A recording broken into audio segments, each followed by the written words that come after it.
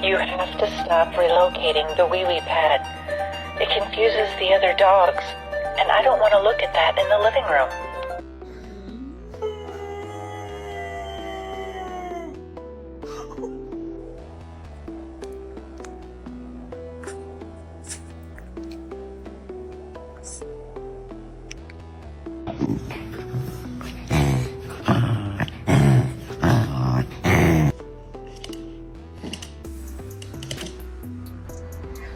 You dare speak to me in that tone of voice, boy?